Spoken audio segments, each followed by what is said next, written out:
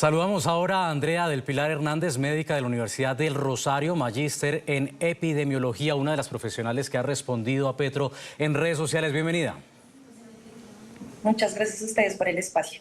Vea, Petro los culpó a ustedes, al gremio, a los estudiantes de pagar el equivalente de unos $7.500 por el semestre en Colombia y los acusó de no querer ir a las regiones por tomarse un café en el Parque de la 93 en Bogotá. ¿Por qué creen que la problemática va mucho más allá? Sí, o sea, la problemática estructural del sistema de salud tiene muchos factores. Uno de ellos sí es que actualmente toda la parte de talento humano en salud viene de las universidades privadas porque no existen toda la cobertura de universidades públicas. Actualmente hay muy pocas universidades públicas acreditadas en Colombia versus las universidades privadas. Y eso, la razón por la que es tan costosa la educación médica no es más que porque estas universidades han tenido que apoyar que los hospitales privados que hoy en día prestan un muy buen servicio de salud en Colombia, pues lo puedan hacer. Entonces hay como un mensaje errado en donde las diferentes reformas de salud que ha pasado el gobierno y que no han sido aprobadas en el Senado por muchas razones y creo que también hay que agradecerle a todos los representantes a la Cámara y los senadores que han sido respetuosos y un poco, digamos, técnicos a la hora de no aprobar estas reformas, cuando es irónico que él en este momento llegue a hablar de esos temas cuando en realidad nunca se han tocado en las reformas que ha pasado su gobierno, ni en las universidades públicas donde el gobierno Petro le quitó una gran cantidad de recursos públicos en el presupuesto nacional, tanto a la educación como a la salud. Estamos hablando de billones, de más de 3 billones de pesos por cada uno de los sectores. Entonces se nos hace muy irónico que él ahorita venga a culparnos a nosotros cuando han sido ellos los que han olvidado estos factores dentro del sistema de salud, pero te estoy hablando de la punta del iceberg. O sea, en realidad esto es mucho más profundo y es un mensaje de que no de las EPS, de los médicos, cuando en realidad por ellos es que hemos tenido una buena cobertura en salud por muchos años.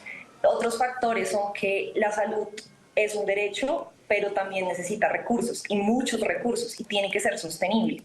Entonces eso es algo que pues nos preocupa que no se entienda y que se estigmatice a los profesionales. Sí, entiendo que en todo caso en Colombia se hace un rural en el que los estudiantes de medicina van y ejercen su carrera. Sin embargo, también han advertido los profesionales de la salud que en muchos sectores no hay agua, no hay luz, no hay vías para garantizar precisamente ese trabajo. No es simplemente porque quieran tomarse o prefieran tomarse un café en un popular parque de la capital. Y además de eso hay que sumarle, como lo decíamos con el doctor, la situación de seguridad que ha sido catastrófica durante este gobierno. Y estamos hablando de críticas de un presidente que fue guerrillero, que seguramente sabe cómo es la situación también en zona rural, aunque fue parte del M-19, que fue una guerrilla urbana en todo caso.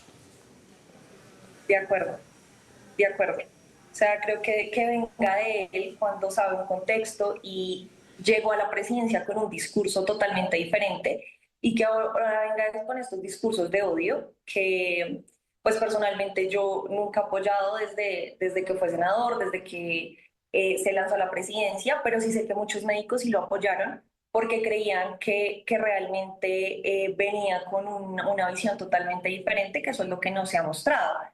Y lo que te digo, o sea, falta bastante visión técnica a la hora de hablar de recursos en salud, a la hora de hablar del tema de las universidades y de todo el sistema universitario y de preparación de todos los profesionales de la salud en Colombia.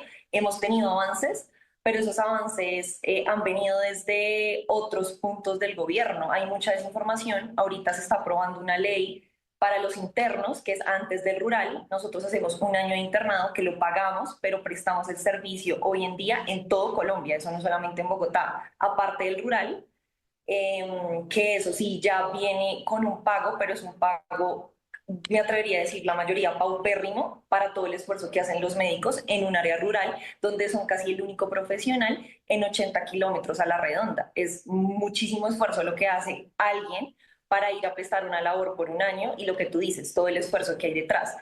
todas estas leyes que nos han, digamos, traído pues cosas buenas para los médicos específicamente porque hacen falta otros profesionales, han venido desde representantes a la Cámara y senadores, pero nunca desde una reforma del gobierno Petro. Entonces yo sí, con todo respeto, le digo que pues deje estos mensajes tan estigmatizantes para los profesionales cuando ha sido él quien nunca ha estado interesado en hacer alguna reforma técnica o alguna ley que realmente arregle este Sí. problema.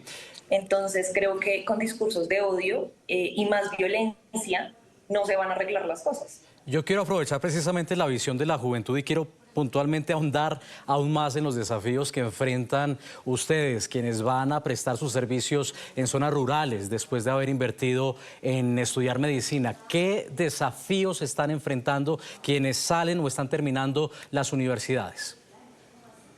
Ok, dependiendo las zonas, digamos que pueden haber esos desafíos, pero generalmente, sobre todo con mis compañeros, porque pues yo tuve muchos compañeros, yo hice rural de investigación porque me gané una beca en donde investigué acá en Bogotá, pero todos mis otros compañeros hicieron rural, cada uno pues en zonas apartadas de su casa, entonces se fueron todo un año en donde hacían turnos de más de 36 horas y en el momento que estaban de descanso, la mayoría estaban en disponibilidad, es decir, tienes que estar pendiente de que te llamen para cualquier emergencia en el momento que sea necesario, la mayoría, o sea, yo creo que son muy pocas las zonas en donde realmente están las cantidades de médicos para prestar el servicio. Y ojo, esto no es porque los médicos no quieran ir a prestar, porque es algo obligatorio. Si a ti te toca hacer rural, te toca hacer rural, o si no te sancionan por un año y medio y no te dejan, no te dan la tarjeta profesional. Entonces, esto no es porque los médicos quieran o no quieran, es porque no hay recursos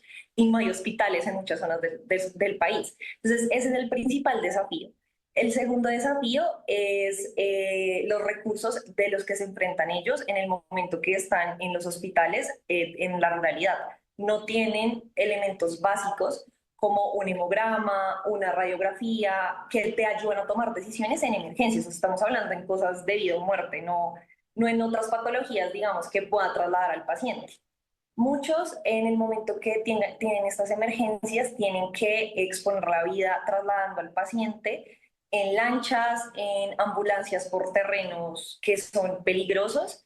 Y actualmente volvimos y hemos recibido muchísimas testimonios de médicos que han tenido que convivir con grupos armados donde ellos son los que tienen que hacer una negociación para que dejen pasar a los pacientes, ¿sí? Entonces, pues el miedo y la zozobra que se veía día a día, pues ya te la puedes imaginar. He conocido que estos médicos rurales trabajan con médicos que tienen contratos de prestación de servicios. Sí hay médicos que deciden ir a prestar servicio allá porque aún así se queden en las principales ciudades. A veces los sueldos son mejores en este tipo de zonas por lo peligrosas que son y por las horas que tienen que estar disponibles. Entonces tampoco es cierto que hay médicos que no. Los médicos, hay médicos que quieran trabajar, lo que no hay es hospitales, recursos, y digamos es eso, o sea, porque los únicos que están en la ruralidad no son los médicos rurales, también hay médicos con contrato de prestación de servicios, entonces no tienen la garantía que un profesional normal tiene en otras empresas y en otras profesiones. Por supuesto. Pilar, gracias por haber estado con nosotros. Ay, muchas gracias y lo que necesiten, gracias por darnos el espacio. Creo que es muy importante, pues como te decía, también tener estos espacios y que pues ustedes que son los que tienen muchísima más apertura, que las personas los escuchen, los vean, pues nos den esta oportunidad. Entonces también agradecerles a ustedes. Y gracias también por la labor que han hecho en redes sociales.